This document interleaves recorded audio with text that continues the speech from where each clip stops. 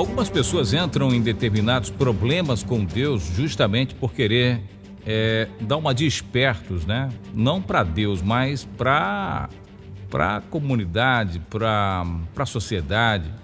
Porque quando nós vemos aqui o caso de Ananias e Safira, lá em Atos capítulo 5, o questionamento de Pedro era uma pessoa muito bem resolvida espiritualmente, não tinha problemas nenhum. E aí faz um questionamento, até se você analisar, é um questionamento interessante, porque ele diz: por que você permitiu que Satanás entrasse no teu coração para que mentisse ao Espírito Santo e retivesses parte do preço da herdade? Guardando-a não ficava para ti, e vendida não estava em teu poder? Porque formaste este desígnio em teu coração? Não mentistes aos homens, mas a Deus. E Ananias, quando ouviu essas palavras, caiu e expirou. Um grande temor sobreveio sobre todos os que ouviram isto. Porque, veja, a estratégia de Ananias, qual era o problema que Ananias se meteu? Porque a igreja estava se desenvolvendo. Quando você lê o final do capítulo 4 de Atos, diz que aqueles que tinham 2 propriedades, aqueles que tinham posses, eles sentiam-se movidos pela necessidade da obra, pelo que a obra precisava. Eles eram conscientizados pelo Espírito Santo, pelo que precisava ser feito para a obra alavancar. Então aqueles que tinham mais posses, o que eles faziam? Eu tenho 2 terrenos aqui, eu vou pegar um, né? Vamos supor, hoje os terrenos não são baratos, né? Naquele tempo, mais ainda. Então você pegava uma grande propriedade lá, parada, e olha, eu vou investir. As pessoas não tinham mais prazer nessa vida. Uma pessoa convertida, cheia do Espírito Santo, não queria mais ficar preso à questão dos materiais. Não queria acumular tesouros nessa terra. Eles entendiam Mateus 6 como na íntegra, como se precisa ser compreendido e interpretado pelo Espírito. Então, se eles tinham 2 terrenos, 2 propriedades, não havia problema nenhum em vender uma, porque já não interessavam mais para eles essas questões dessa vida. Você entende? Então você consegue analisar, não era aquela barganha de que, olha, eu tenho 2 terrenos, se eu vender um, Deus vai me dar depois mais 3. Não era essa vibe que tem nos dias de hoje. Eu não vou entrar nesse mérito da teologia da prosperidade, porque eu tenho uma opinião muito forte acerca dessa questão, né? Para não dizer, né, que essa doutrina da prosperidade se assemelha muito com essa doutrina levantada no Egito do bezerro de ouro pelos filhos de Israel. Mas não vou entrar de maneira nenhuma nesse detalhe aqui agora, porque senão, meu amigo, senão acho que eu não termino nem de fazer o programa hoje. Mas o fato é que eles eles eram movidos pelo Espírito Santo. Não é o que se prega hoje não, por aí não, tá? Era uma outra visão de Deus, de reino. Então quem tinha 2 casas, vendia-se uma e olha que eu não estou falando dessas doutrinas neopentecostais aí não, das igrejas comerciais, não estou falando disso não, pelo amor de Deus, não vai recortar meu áudio e dizer que eu estou defendendo A e B. E a gente percebe aqui a malandragem de Ananias e Safira quando resolve, olha, é o seguinte, vamos combinar aqui, vamos vender o terreno por 400 mil reais, eu estou parafraseando aqui, colocando os valores aqui em moedas, né? Vou vender o terreno por 400 mil. Se Pedro perguntar quanto que foi, a gente vende por 400, deposita 100 mil para ajudar na obra de Deus, guarda 300, mais tarde com esses 300 a gente compra outro terreno ou faz uma outra coisa e não perde o dinheiro. E a gente vai ficar bem, porque a gente vai participar dessa obra gloriosa que é a igreja, a igreja vai ver que a gente está se esforçando, que a gente está atuando, mas também a gente não perde o nosso terreno. Olha, veja só, porque quando tem a maioria, quando todo mundo está ligado no Espírito, fazendo as coisas pelo Espírito, vem um malicioso, vem uma semente do mal, ser usada para as coisas da carne, olha que problema que dá nesse final dessa história que todo mundo já sabe. O que acontece com Ananias? Ele combinou com a mulher isso e a mulher falou, bom, se me perguntar então eu vou dizer que é tanto, então vou confirmar aí o que você está falando. Olha só, os 2 em comum acordo arquitetaram mentir, mas só que Pedro fala, não é para mim que vocês fizeram essa questão aí, não é para nós, não mentistes ao homem, mas mentistes para Deus. não mentistes aos homens. Não foram para os apóstolos que vocês estão fazendo isso, porque a obra do apóstolo era séria.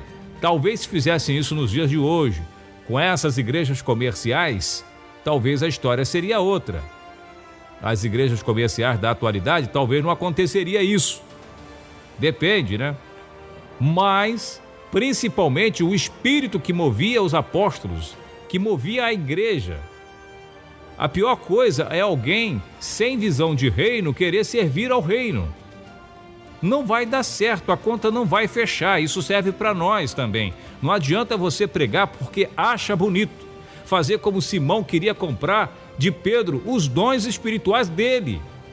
Porque achou bonito, o poder que havia em Pedro era lindo, tirava onda. E Simão, que era um mago, vivia ali para iludir, para poder fazer aqueles malabarismos lá, para enganar as pessoas, iludir as pessoas, e isso ele vivia muito bem, ganhava-se muito dinheiro. Quando ele viu Pedro colocar a mão sobre os enfermos e curar, expulsar demônios, eu quero esse poder também, quanto que é que eu tenho que te dar? Então veja com que mente as pessoas se aproximam de Deus, dos homens de Deus, das coisas de Deus. Essa mentalidade terrena, essa mentalidade humana, essa mentalidade pequena, isso tem que sair da vida do povo de Deus. Assim, olha, um dia desse eu estava ouvindo dois camaradas conversando no ônibus, dois jovens aspirantes a pregadores. Estava indo para um evento em São Paulo e eles estavam falando na minha frente.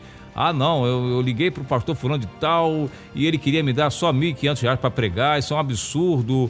Não, eu não vou por menos de 2.500. Umas conversas assim, sem, né? Porque ele vai ganhar muito mais, eu vou levar gente, eu vou levar povo, eu tenho uma palavra boa.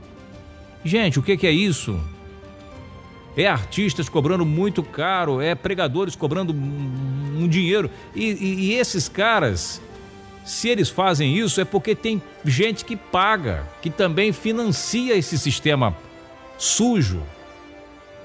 Porque você chamar um pregador para pregar na sua igreja e dar a ele 5, 6, 7 mil, você pode até dar o valor que você quiser para abençoar o ministério dele. Aí sim, agora ele estipular e você pagar, quanto que é que você cobra? Cobra os 5 mil e você pagar os 5 mil, aí é outra coisa. Agora, se você quiser, olha, o pastor veio de longe ministrar aqui, vamos tirar uma oferta para ajudar o irmão na volta para casa, o custeio dele, da hospedagem dele, e etc.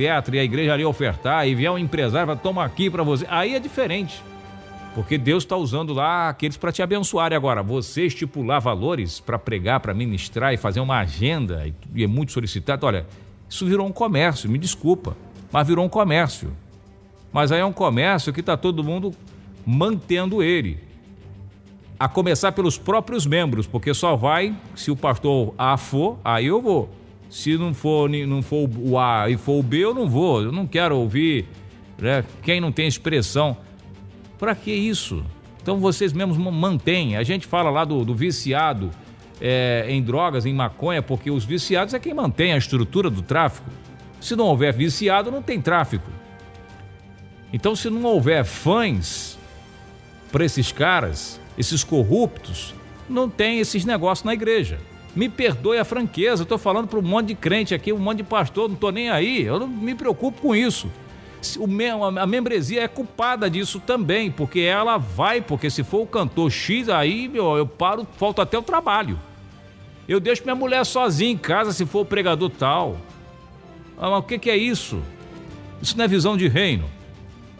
Agora, voltando aqui para Ananias e Safira, eles arquitetaram, planejaram, não queria ficar mal com a igreja, mas também não queriam perder os seus recursos. Olha só como não tem gente assim nos dias de hoje. Não querem ficar mal na igreja, precisa me ver atuante, a igreja precisa ver que eu trabalho, as pessoas precisam me ver nas redes sociais fazendo alguma coisa, precisam ver umas fotos no Facebook, porque senão o quê? Senão o quê? Qual é a proposta do evangelho? É se aparecer? Bota uma melancia no pescoço, você vai se aparecer. E é por isso que as pessoas tiram hoje, fazem pouco caso da graça, mas preste bem atenção, tá? Porque na lei Deus fulminava. Aqui é graça. Ananias e Safira foram fulminados para Deus mostrar que na graça não é essa colher de chá que muitos pensam que é a graça de Deus, não. A graça de Deus, ela vai condenar muito mais do que a lei. Por incrível que pareça. Vocês não têm noção do que é a graça de Deus para quem faz coisas erradas. A graça de Deus é muito boa para arrependidos, para pessoas convertidas, para pessoas que nasceram de novo. Mas para aqueles que fazem pouco caso, diz a palavra de Deus, já não resta mais sacrifício e perdão para os pecados. Eu termino a minha reflexão de abertura do programa de hoje com essa mensagem: não tente negociar.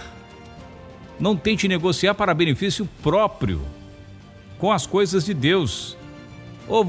O que Pedro pergunta, mas não era teu, não estava em teu nome, o terreno não era seu, por que você fez isso? Bastava ser honesto, ser sincero. A graça exige da gente honestidade, sinceridade, verdade, compromisso.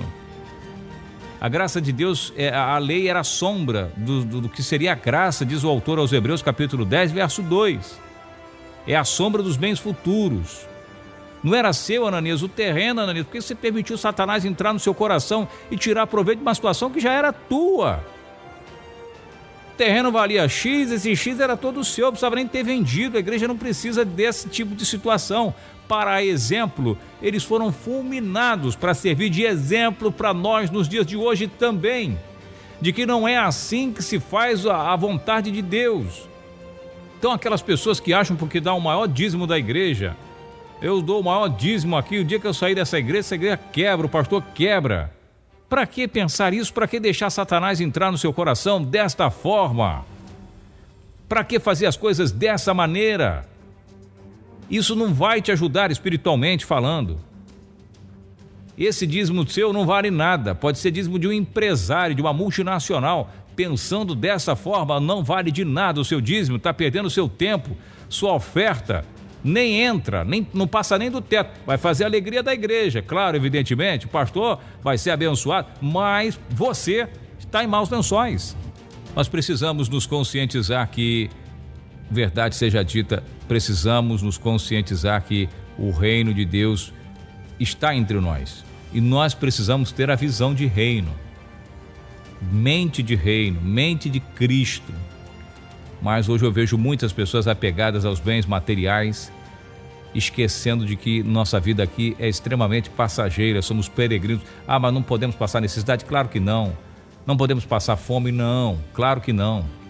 Deus não vai deixar ninguém morrer de fome, até aqui você não morreu de fome.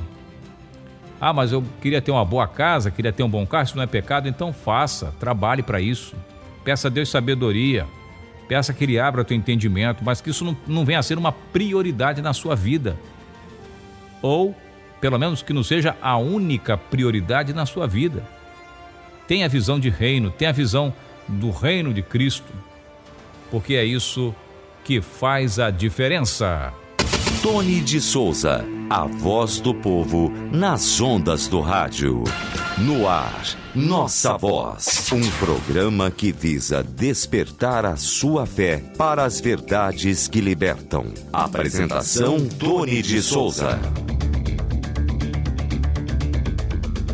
Muito boa noite para você, noite abençoada de terça-feira, 30 de abril de 2024. Deus abençoe você, sua família, onde quer que estejas. Aqui estamos mais uma vez com o programa Nossa Voz. Eu sou o amigo Tony de Souza, é um prazer ter você por aqui, nas ondas amigas da Betel FM 98,7, o FM mais completo do Brasil.